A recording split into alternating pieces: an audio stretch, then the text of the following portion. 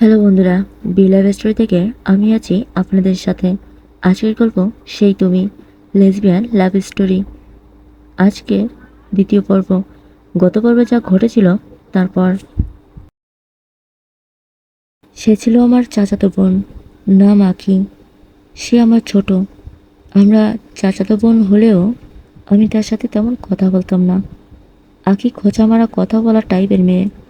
ওর সামনে যে পড়ে তার সাথে কেমন করে তা আমার জানা নেই। তবে আমাকে দেখলে সে খোঁচা মেরে কথা বলে। আমি ছোটবেলা থেকে অন্যরকম। আমার চালচলন, কথা বলার ধরন একেবারে ছেলেদের মতো। যত বড় হতে লাগলাম ততই আমার ভেতরের পরিবর্তন বুঝতে পারলাম। ছোটবেলায় পাড়ায় যখন বিয়ে হতো সবার সাথে বউ দেখতে যেতাম। বউ দেখে মনে মনে ভাবতাম, ইস, এমন বউ যদি আমার হতো। কেমন জানি কল্পনার জগতে ডুবে যেতাম। আমি ক্রিকেট, হাডুডু, গাছে চড়া, বাঁশি বানানো, ফুটবল খেলা, ডান্ডা ক্লুব খেলা, এক কথায় ছেলেদের মতো খেলাধুলা করতাম আমি। তেমন খেলাধুলা করতাম না যেগুলো মেয়েরা খেলাধুলা করতো। ধীরে ধীরে বড় হতে লাগলাম আর নিজের ভেতর ফিলটাও বুঝতে পারলাম। আমি ছোটবেলা থেকে একটু লাজুক। বিশেষ করে মেয়েদের দেখে লজ্জা পেতাম। চোখের দিকে তাকিয়ে কথা বলতে পারতাম না। আমি যখন বুঝলাম আমার মেয়েদের প্রতি ফিল আসে, কেমন জানি বুকের ভেতর করে একটা নেশা নেশা লাগে। মেয়েদের প্রতি অন্যরকম একটা টান। তখন থেকে আমি মেয়েদের অর্থাৎ খালাতো, মামাতো, ফুফাতো, চাচাতো বোনদের সাথে কথা বলা বা মেলামেশা বন্ধ করে দিলাম। একা থাকা শুরু করলাম। মনে মনে ভাবতাম, এই দুনিয়াতে মনে হয় আমি একমাত্র হতভাগা মানুষ যে কিনা মেয়ে হয়ে মেয়েদের প্রতি টান হয়। নিজের কাছে কেমন যেন লাগতো। নিজেকে সবার থেকে লুকিয়ে রাখতাম। মাঝে মাঝে চাচা বাড়িতে যেতাম। তখন আখি আমাকে দেখলে খোঁচা মেরে কথা বলতো যাতে আমি তার সাথে কথা বলি।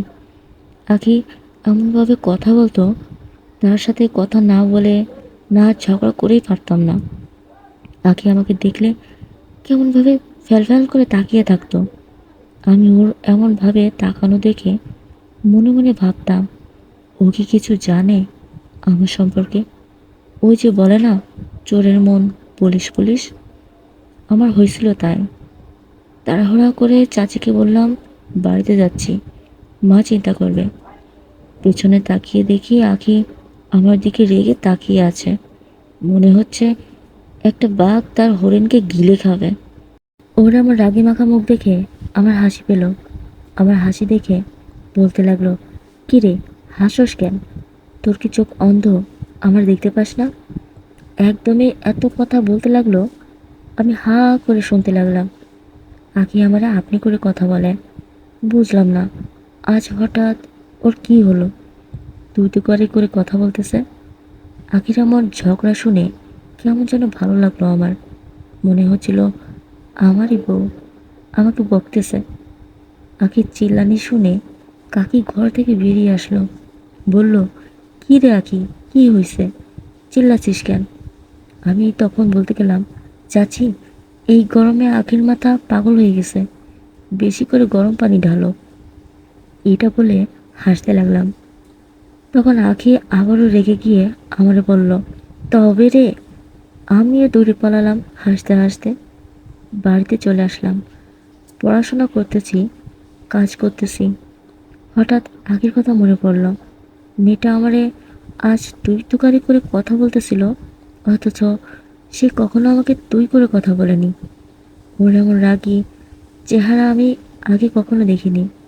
খোলা চুলে, ঠোঁটে হালকা লিপস্টিক আর বকুনি। কি যে ভালো লাগতেছিল। ইস, এমন যদি একটা বউ হতো আমার। এসব মনে মনে ভাবতেছি কলম মুখে দিয়ে, আর মুচকে মুচকে হাসতেছি। এই রে, পাগলিটারে কেন জানি দেখতে ইচ্ছে করতেছে। এখন কি করি? না না, এসব আমি কি ভাবতেছি? না, এটা হয় না। কি সব আজে বাজে মনের ভিতর ঢুকে যাচ্ছে আমার। আমি যে এমন, কাউকে বুঝতে দেওয়া যাবে না। না, যদি কেউ জেনে যায় আমি এমন, তাহলে আমি আর কাউকে মুখ দেখাতে পারবো না। আমার সাথে কেউ মিশবে না, কথা বলবে না। নিজেকে আরো শক্ত হতে হবে। যাই হয়ে যাক, আমি যে এমন, কাউকে বুঝতে দেওয়া যাবে না। কিন্তু আজ আঁকের প্রতি আমার এমন ফিল হচ্ছে। কেন? কেন এমন হচ্ছে? মেয়েটার রাগি মাখা মুখটা কেন আমার সামনে ভেসে উঠেছে? না না, এসব ভাবলে আর চলবে না। তো বন্ধুরা, এরপর কি হতে চলেছে তা জানার জন্য আমাদের সাথেই থাকো। পরবর্তী পর্ব আসা পর্যন্ত ভালো থেকো, সুস্থ থেকো। আল্লাহ হাফেজ।